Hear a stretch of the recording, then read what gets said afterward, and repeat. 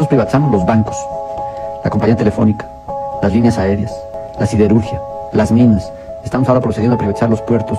Se me escurren mis lágrimas porque pues no puedo darle a mi familia lo que yo quisiera. De mi modo, así es mi vida.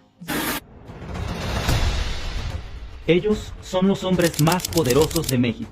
Su fortuna es tan grande que algunos han figurado incluso en el ranking de los más ricos del mundo.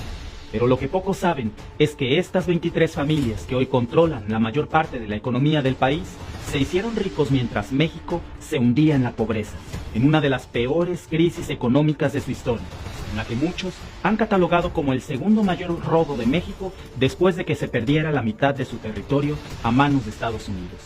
Pero ¿cómo lograron estas 23 familias hacerse de una fortuna tan inmensa? ¿Cuál fue el papel del expresidente Carlos Salinas de Gortari en medio de este atraco? ¿Y cómo lograron borrar cualquier rastro de evidencia del saqueo tan grande que concentró la riqueza del país en manos de unas cuantas personas? En este video te lo voy a decir. Yo soy Víctor y esto es The Mexican Family.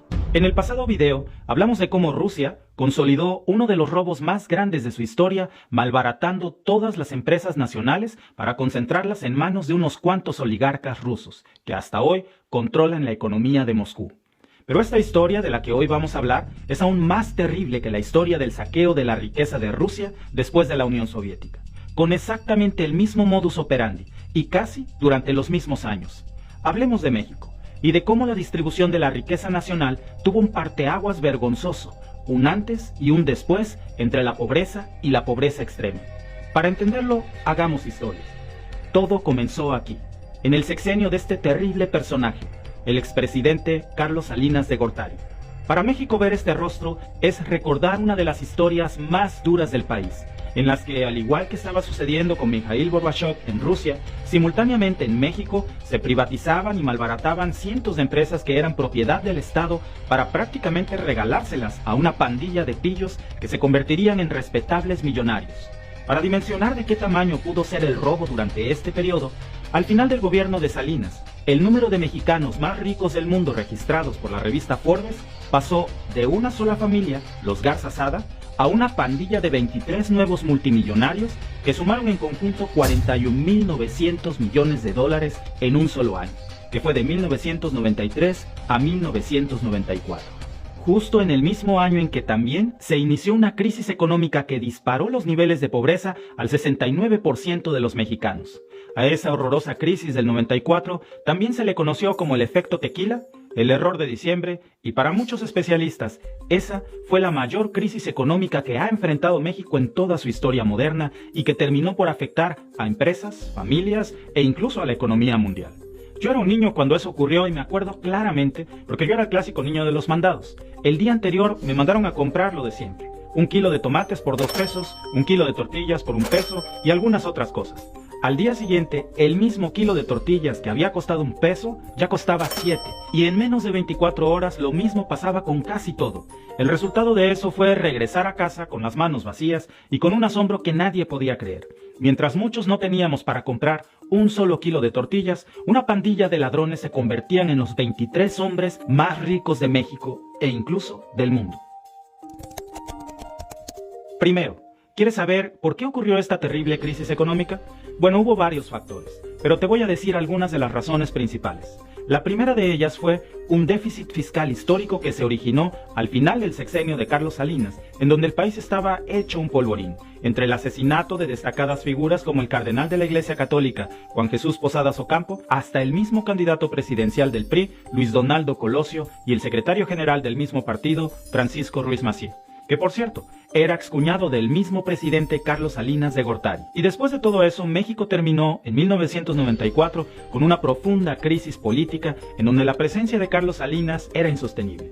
Pero al igual que sucedió con los oligarcas rusos en tiempos de Gorbachev, Salinas tuvo que apostar una enorme cantidad de dinero para comprar o ganar las elecciones tras el asesinato de Luis Donaldo Colosio, que a pesar de ser del mismo partido que Carlos Salinas, era un claro opositor y crítico de su gobierno.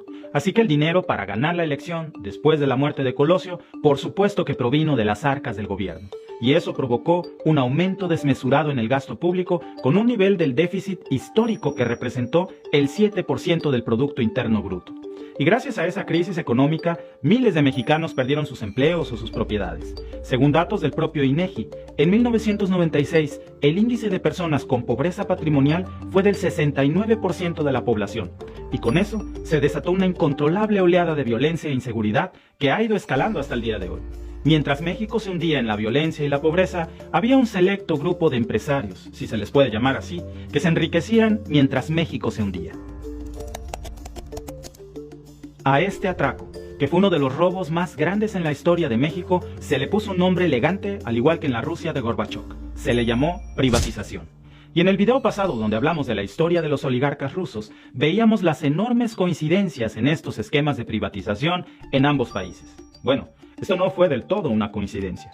Ahora te voy a hablar de eso. Pero al igual que con Gorbachov, en donde un grupo de asesores estadounidenses le aconsejaron a Rusia, tras la caída de la URSS, privatizar todas las empresas que eran propiedad del gobierno para adoptar un modelo capitalista, en México estaba por firmarse el Tratado de Libre Comercio justo ese año, entre Estados Unidos, México y Canadá. Y una de las condiciones para que esto pasara era que el Estado mexicano abandonara la concentración de empresas y las privatizara, obviamente a manos de particulares. Y eso fue lo que hizo Carlos Salinas. Pero tal como pasó en Rusia, lo hizo malbaratando las empresas que eran propiedad del gobierno mexicano para trasladarlas a sus amigos y a su círculo más cercano. Y al regalarles empresas multimillonarias que eran propiedad de México a 23 familias del país, los convirtió en supermillonarios de la noche a la mañana. Al punto que, mientras la tasa de crecimiento promedio de millonarios en todo el planeta era del 15%, en México la nueva tasa de millonarios era del 85%, convirtiéndola en uno de los países con más números de nuevos ricos. Entre ellos, quien fuera en algún momento el hombre más rico de todo el planeta, Carlos Slim Helú, que fue quien adquirió la empresa de telefonía que antes era propiedad del gobierno mexicano, Teléfonos de México o Telmex, aun cuando no fue él quien hiciera la oferta más alta. Pero no solo se le vendió Telmex a un precio de regalo. Después de rematarle la única empresa telefónica del país, los gobiernos de Carlos Salinas y Ernesto Zedillo también le autorizaron a Slim a aumentar en un 150% las tarifas telefónicas en un periodo de 2 años. Y bueno, no tenías ninguna otra opción de contratar a la competencia porque no había. Él era el dueño de la única compañía telefónica del país, y con eso se consolidó un monopolio internacional en el mercado de las telecomunicaciones. Hoy en día la fortuna de Carlos Slim supera los $80,000 millones y se encuentra entre los 20 hombres más ricos del planeta. Su empresa más conocida es América Móvil, una de las compañías telefónicas más importantes de toda Latinoamérica, y también es accionista de empresas como Apple, Sears o Sears, The New York Times, Telcel y muchas otras grandes empresas. Pero la forma en la que Slim y otras 23 familias mexicanas se convirtieron en multimillonarios ha sido un tema de debate desde la década de los 90.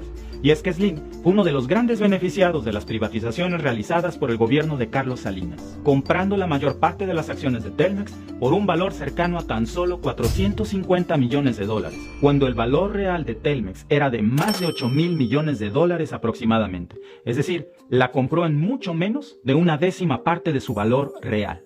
Pero Slim no fue el único que aprovechó la venta de garage de Carlos Salinas, que, según reportes de la época, se presume que estuvo plagada de hechos de corrupción, abusos de poder e influyentismos. Muchos otros empresarios mexicanos también incluyeron su nombre en la lista de los más ricos del mundo. Y es que la privatización de empresas estatales no se trataba de una política exclusiva de México, sino que fue una tendencia que comenzó con la gestión de Margaret Thatcher en Reino Unido y poco tiempo después se convertiría en la norma a seguir según las recomendaciones del Fondo Monetario Internacional y del Banco Mundial. Y fue así como en México se promulgó la desastrosa Ley de Entidades Paraestatales, en donde también se incluirían las empresas descentralizadas de México, comenzando por la privatización de empresas estatales y sectores esenciales como la banca y la telefonía. Incluso se incluyeron reformas para privatizar ferrocarriles y la comunicación de satélites. Entre todas las empresas que fueron privatizadas y las personas beneficiadas de esas privatizaciones, podemos encontrar a nombres muy famosos como el mismo Carlos Slim Helú con Telmex, Ricardo Salinas Pliego con TV Azteca, Roberto Hernández Ramírez con Banamex, Roberto González Barrera con Grupo Banorte y sobre el goce de concesiones mineras, Alberto Baileres y Jorge Larrea Ortega, padre de Germán Larrea Mota Velasco de Grupo México, cuya minera Buenavista esta, por cierto, causó un derrame de tóxicos en ríos de Sonora durante agosto del 2014. Y esto solo por citar algunas de las cientos de empresas que fueron malbaratadas en el proceso de privatización. Al inicio de las privatizaciones con el gobierno de Miguel de la Madrid existían 1.155 empresas estatales, y para cuando concluyó el mandato de Salinas solo quedaban apenas 200 empresas en manos del gobierno. Aunque si bien es cierto que desde 1982 el gobierno de México